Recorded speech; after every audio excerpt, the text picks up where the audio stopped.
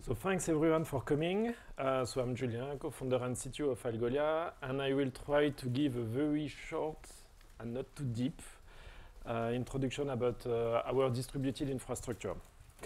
But before going into the detail, I wanted to share a few up-to-date numbers. I know everyone likes numbers. So in terms of usage, today we have a bit more than 5,000 customers over more than 100 countries. And they perform every month more than 160 billion API calls. Around 25% are search API calls. So it might be surprising, but the big majority is actually indexing operation. Every time a data change, every time there is something that changes in the data set, we have an API call to update the data. That's the big majority of API call. And we will discuss about read, write operation a bit later. So keep in mind that write operation is actually pretty massive. In average, it represents above 10 gigabits of traffic, internet traffic, and 20,000 queries per second. It's an average. So of course, in terms of spike, there is pretty massive spikes. The last one I remember was 500,000 queries per second, like a few months ago. And of course, we need a pretty big infrastructure to handle such a volume. So we have more than 1,000 servers distributed over more than 60 data centers. And of course, it took us time to get there. It's not something that happened in one day. But the early investment in the distributed infrastructure definitely helped us to get there.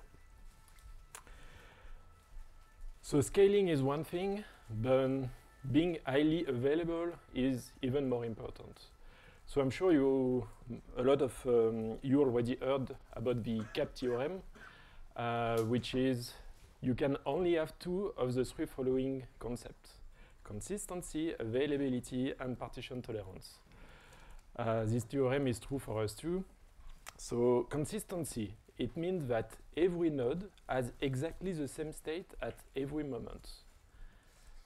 Most of the time, it means that you have consistency when every node has the last write operation that was performed.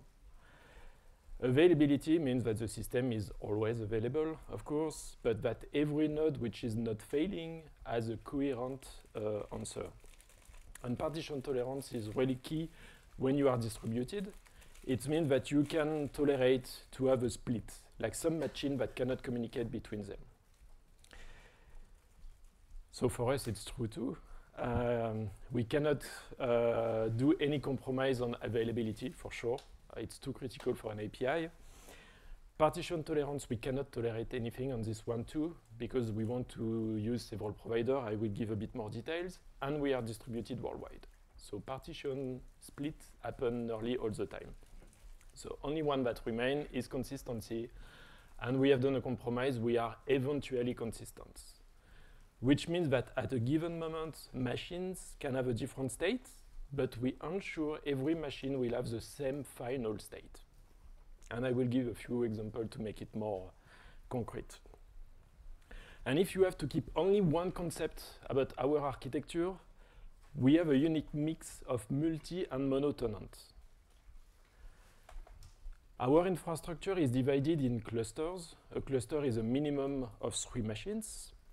And every machine has 100% of the data. So it's like a complete set of replicas.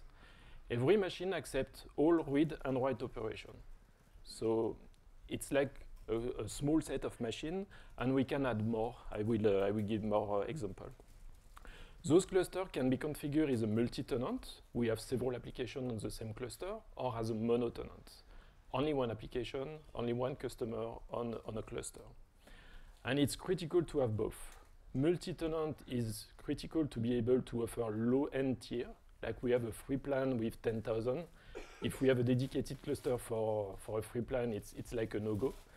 But a dedicated instance is critical to be able to guarantee performance for our customer and to be able to comply with the most strict regulation. So both are actually critical. And I'm convinced like most of the SaaS applications in the future will have such a mix. One of the small bonus is that we have developed an API to migrate application from one cluster to another. It's pretty useful. So coming back to high availability, we have two different types of operation, write and reads. For read operation, it's mainly searches. And it's actually the easiest one to scale. As all the machines have 100% of a data set, any machine can answer a search query. It's a local operation. There is no inter-machine communication. So we just need to replicate and add as many machines as we need for high availability and for scalability. So if one machine is down, the two other can handle the load. And if even two machines are down, the third one can handle the search operation. But for write operation, it's a bit more complex. Any machine can accept a write, an update. So we need to have like a coherence between the machine. We need to have something that ensure we will apply exactly the same order on every machine. We need to basically order all those indexing operations. We need to have only one order. And to do that, we use a distributed consensus. That's the only system that can allow us to have such a unique order. So we use the Raft algorithm. It's one of the most common. Paxos is another one, but we use Raft for simplicity. And every write operation uses such a consensus to be able to have like a unique sequence. In the following diagram, you can see that we use several data centers, several providers, like we have different autonomous systems, different network links. Most of the time using 2, but we even have an option to have 3 different ones, but we always distribute a cluster in one region. So it means we have a low latency between the different nodes, which is super important for the consensus because we have a lot of inter-machine communication. Let's take a very concrete example. So like you can see on the left the time, first one and last one. And we can see 5 indexing operations received on the 3 different nodes. Every time a node received an indexing operation, it forwards the operation to a leader. We have an election algorithm that ensures we have only one leader at one time. This leader will launch a consensus algorithm. And as an output, we will have just an integer. It's a sequence. The first job got the integer 1, and so on. We have another good properties with such system. We guarantee to never have a missing number. It's a sequence that increases over time, but there is no missing number, which means that when a machine is done and it comes back to life, we can ensure that we can wait for the missing job before starting over indexing. This one is an example of the eventual consistency. In the following diagram, you see that the node 3 is done at one specific moment, maybe an hardware failure. But during this moment, we still receive indexing operation. And that's the high availability part. We want to be able to tolerate a failure. With the size of our infrastructure, we have failure like every day. We always have at least one machine down. And we want to continue to index. So if you look at T1, just after the machine come back to life, we have a different state. The machine 1 and 2 have exactly the same state, but the machine 3 is basically, there is some delay on this machine. But if we look at T2, like a bit further, we have exactly the same state on all the machines, because the third machine has catch up. So this is why we need to have such an eventual consistent model to be able to tolerate downtime. This one is a bit simplified. In practice, it's a bit more complex. We have, of course, some parallelism on machines. So we add the sequence in a scheduler, and the scheduler executes job in parallel. So if we are on a multi-tenant setup, we execute different application ID in parallel. But if we are in a mono-tenant setup, we execute and we index different shards, for example, of one index in parallel. And this is the system we use to distribute the search worldwide. We take the sequence and we distribute the sequence worldwide. So in this setup, we can see that we have a primary cluster in US Central, And this is the 3 machine with the consensus, and this is the responsibility of the cluster to have one sequence. And then we have some replicas worldwide. It can be only one machine, and we basically send the sequence to those machines. So those machines will have exactly the same sequence, the same result at the end. But at one specific moment, it's very common to have a different state, just because there is different latency, and worldwide we have a different speed, different bandwidth between locations. This one is pretty unique for 2 reasons. It's really different than what you can see in a CDN. We proactively send all the operations to the different location. It's not a reactive system where you fetch the result on the primary location. And it gives us the ability to have like one specific setup per user. We don't need to have all the locations for all users because it has a direct impact on the cost. The last missing part is how we redirect the user to the location. Of course, we need a way to redirect them to the closest location, and we use the DNS for that. The DNS is what translates a domain name in an IP address, and we use the geo IP of the user. So we are using an Anycast DNS provider, and we translate the name, the application ID in the closest IP.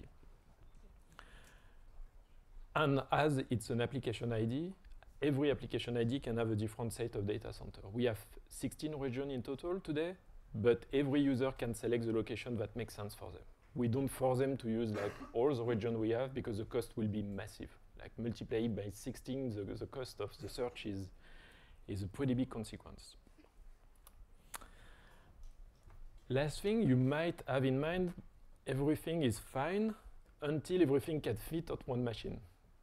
Because that's what I said, like every machine of the cluster has a whole copy of the data. So especially in SaaS, like it's a always increasing data set. It's never stop. It's just a question of time before it won't be able to fit on one machine. So we need a system to be able to grow over several clusters. That's what we have developed with multi-cluster, and it's very different than what you can find in the different engine. Basically, what we ask to our user is to have a key, a shard key, to split their big data set in several pieces. In SaaS, most of the time, it's a user ID. Every user of the SaaS application will have an ID, and we will split the big SaaS use case per user. And we will expose them like a way to host one user on one cluster. And there is a shared mapping between all the machines of all clusters. And we expose an API to move one user from one cluster to another. So let's say, for example, you are an international SaaS company, you have different regions because you are compliant with all regulations, so you have a data center in the US and one in Germany. By mistake, one of your users opens an account in the US instead of Germany, and they start to use your service. And you need to move the data back to Germany. Most of the time, it's a pain. And with this offer, it's only an API call. Just need, okay, I want to move this user from the US to Germany, and we don't cut search and API operation. So we handle all the transition states, and it's like completely invisible for you. And there is even more. We have an option to add and remove clusters. So we can add like new machines, new clusters to the pool of resource for the user. And then the user can decide to allocate the user as they want on those resources. Which means there is never like a big bang, which happens in most search engines. You have to reshard all your data, you have to reindex everything, because in most solutions, the number of shards is static at the configuration. Like if you take an Elasticsearch, you need to configure the number of shards when you install your setup. So this offer is pretty unique for SaaS company to be able to scale over time and avoid like any big bang in the system that will take a lot of resources. So this is a very short overview of what we have in terms of infrastructure. Of course, it's simplified. There is a lot of very deep and complex like way to implement such a system. We have quite a lot of content already available in like, for example, high scalability. And if you have any questions, feel free to ask. I would be happy to give more details. Thank you.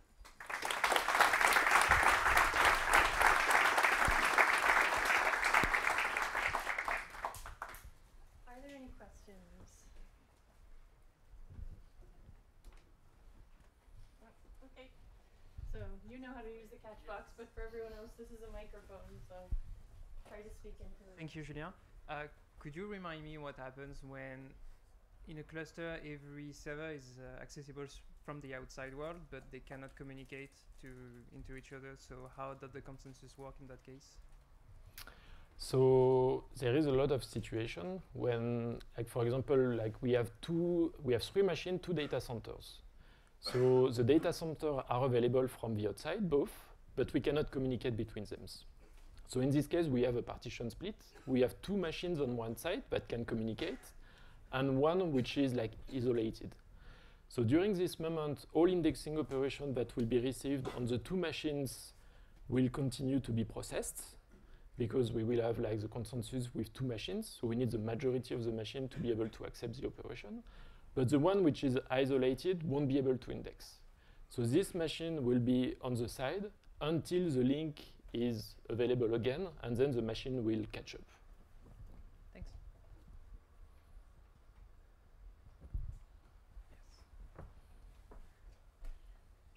Thank you very much, Julien. Quick question on DNS.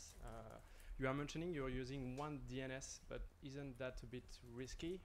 Do you consider using a secondary DNS at some point? So we have several DNS providers, of course. At the beginning, we had only one, but it's a big stuff. So we have one DNS, which is like doing the geo redirection, but then we have a fallback on another domain. So we have algolia.net as the first domain, but that we have algolianet.com, which is a fallback domain still on a different DNS. Okay. And all the logic is done at a high level in the API client, and we have a complete retry on a complete different system. Okay, makes sense. Thank you.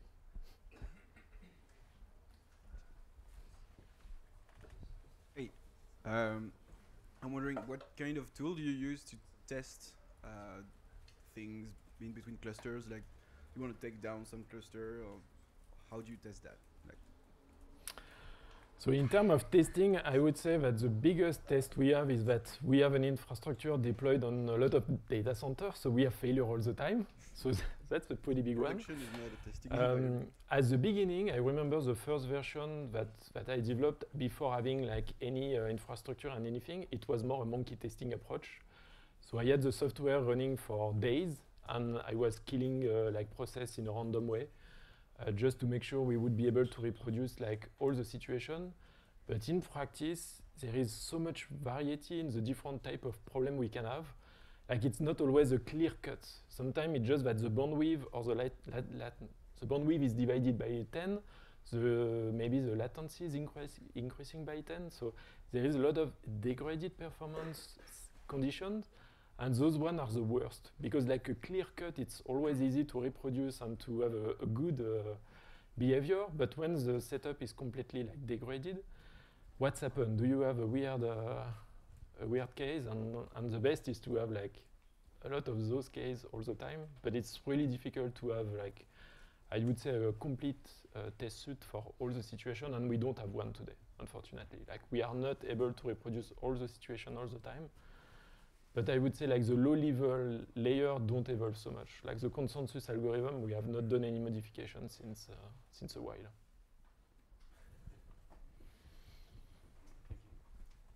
Thank you, Julien. I had a question about Raft. Did you implement it yourselves, or did you use Raft implementation? And what monitoring do you have at the consensus layer? Are you able to monitor the consensus performance, consensus issues? So it's a custom implementation. There are 2 reasons. The first one is that we implemented it like few weeks or months after the article was published. So at this moment, like there were a very low amount of implementation. It was mainly, I think, one implementation, but it was like there were a big disclaimer: you should not use it in production. It's really to illustrate the article. So this is the main reason. And then I think it's one layer where we have to have some tooling around. So you need to have the complete control over it.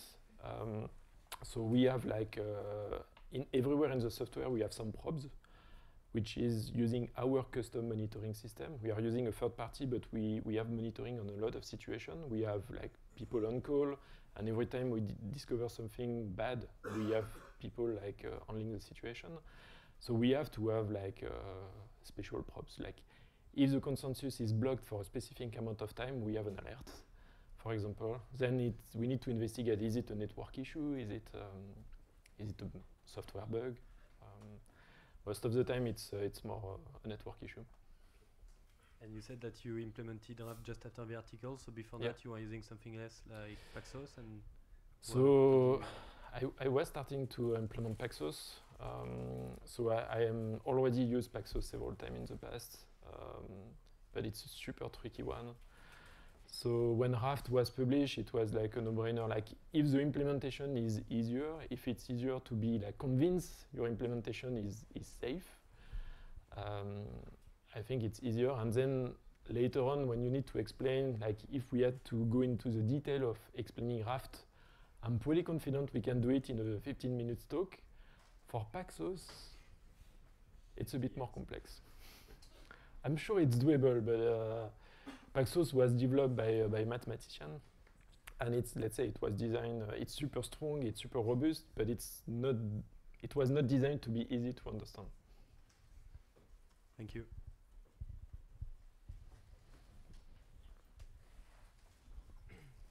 Thank you, Julien. I have a question about electing leaders. How does it work, and what's the algorithm behind it? Just the idea. Is it the same as Kafka or not? And what happens when you don't have a leader? So, in terms of general concept, it's a token ring. So you have a ring of the 3 machines, and you have a token that turn between the machines. And of course, you have situations where you cannot have a leader. Like if you have 3 data centers, 3 machines, and every network link are cut, you cannot have a consensus. We cannot have a leader. So we cannot have like a leader, and the consensus is blocked. And like the indexing would be completely frozen in this case.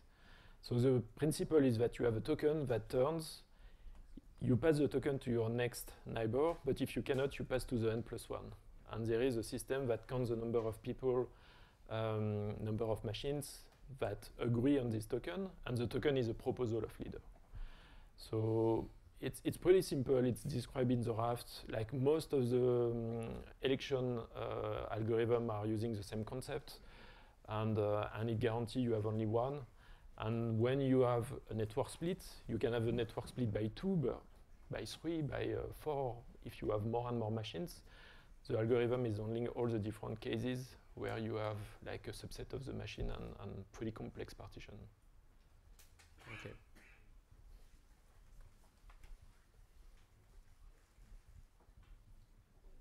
All right, if there's no more questions, Thanks.